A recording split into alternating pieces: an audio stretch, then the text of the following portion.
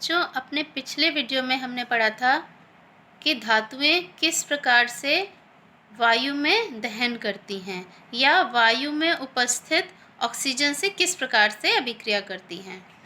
तो सभी धातुएं ऑक्सीजन से अलग अलग तरीके से अभिक्रिया करती हैं या उनकी अभिक्रियाशीलता ऑक्सीजन के प्रति अलग अलग होती है। तो इस वीडियो में हम विभिन्न धातुओं की ऑक्सीजन से अभिक्रिया पढ़ेंगे, किस प्रकार से विभिन्न धातुएं ऑक्सीजन से अभिक्रिया करती हैं।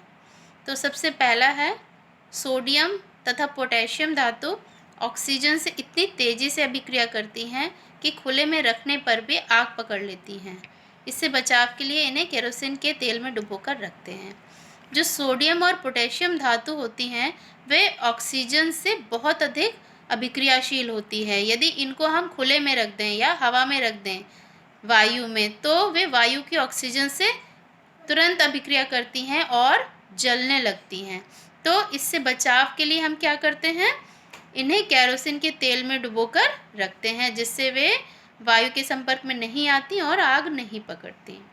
तो देखिए, सोडियम वायु की ऑक्सीजन से क्रिया कर रही है और क्या बना रही है, ऑक्साइड बना रही है। हम पहले पढ़ चुके हैं सभी धातुएं ऑक्सीजन से क्रिया करके ऑक्साइड बनाती हैं। तो यहाँ पर सोडियम धातु जब ऑक्सीजन से अभिक्रिया कर रही है तो सोडियम ऑक्साइड बना रही है। अब दूसरा है मैग्नीशियम, एल्युमिनियम, जिंक और लेड धातुएं जब ऑक्सीजन से सामान्य ताप पर अभिक्रिया करती हैं तो इन धातुओं की सतह पर ऑक्साइड की पतली परत चढ़ जाती है और यह परत धातुओं को उनके पुनः ऑक्सीकरण से सुरक्षित रखती है। अब जो मैग्नीशियम, एल्युमिनियम, जिंक और लेड धातुएं हैं ये बहुत अधिक तीव्रता से ऑक्सीजन से अभिक्रिया नहीं करती, अपितु क्या होता है, जब ये ऑक्सीजन से समान तापमान पर अभिक्रिया करती हैं तो इन धातुओं के ऊपर ऑक्साइड की परत चढ़ जाती है और उस परत का क्या फ़ायदा होता है कि जो पूरी धातु है उस परत के नीचे की जो धातु है वो ऑक्सीकरण होने से बच जाती है, यानी बाकी धातु सुरक्षित रहती है ऑक्सीकरण होने से। तो देखिए, मैग्नीशियम धातु जब ऑक्सीजन से क्रिया कर रही है तो बन रहा है मैग्नीशियम ऑक्साइड। मैंने बताया जो भी धातुएं हैं ऑक्सीजन से क्रिया करके ऑक्साइड बनाती हैं। तो इस प्रकार मैग्नीशियम ने ऑक्सीजन से क्रिया करी और मैग्नीशियम ऑक्साइड बनाया। अब आगे हम पढ़ते हैं, यदि हम लोहे के टुकड़े को जलाते हैं तो वह नहीं जलता, परंतु यदि आग की ज्वाला में लौह चूर्ण डालते हैं तो वह तेजी से जलने लगता है। अगर हम साबुत लोहे का कोई टुकड़ा लें और उसको जलाने का प्रयास करें वायु में तो वो जलता नहीं है, आग नहीं पकड़ता।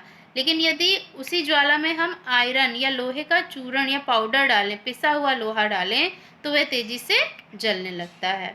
ये देखिए, आयरन जिसका प्रतीक है Fe या लोहा, लोहे की जब ऑक्सीजन से क्रिया होती है तो वो आयरन ऑक्साइड बना लेता है। ठीक है। अब आगे, कॉपर को वायु में जलाने पर वह जलता तो नहीं, परंतु उस पर कॉपर ऑक्साइड की काले रंग की परत चढ़ जाती है। अब यदि कॉपर को हम वायु में जलाते हैं या ऑक्सीजन से क्रिया कराते हैं तो वे नहीं जलता, लेकिन उस पर क्या होता है, काले रंग की ऑक्साइड की परत चढ़ जाती है। ये देखिए, कॉपर जिसका प्रतीक है Cu, वो जब ऑक्सीजन से क्रिया कर रहा है तो कॉपर ऑक्साइड का निर्माण कर रहा है। ये कॉपर ऑक्साइड की काले रंग की परत कॉपर धातु के ऊपर चढ़ जाती है। अब आगे है, सिल्वर तथा गोल्ड बहुत अधिक ताप पर भी ऑक्सीजन से अभिक्रिया नहीं करते हैं, यानी जो सिल्वर और गोल्ड धातु है, चांदी और सोना जो धातुएं हैं वे ऑक्सीजन से बिल्कुल भी अभिक्रिया नहीं करती, चाहे कितना भी अधिक तापमान क्यों ना हो या कितना भी अधिक उन्हें हम जलाने का प्रयास करें, वे ऑक्सीजन से अभिक्रिया नहीं करती।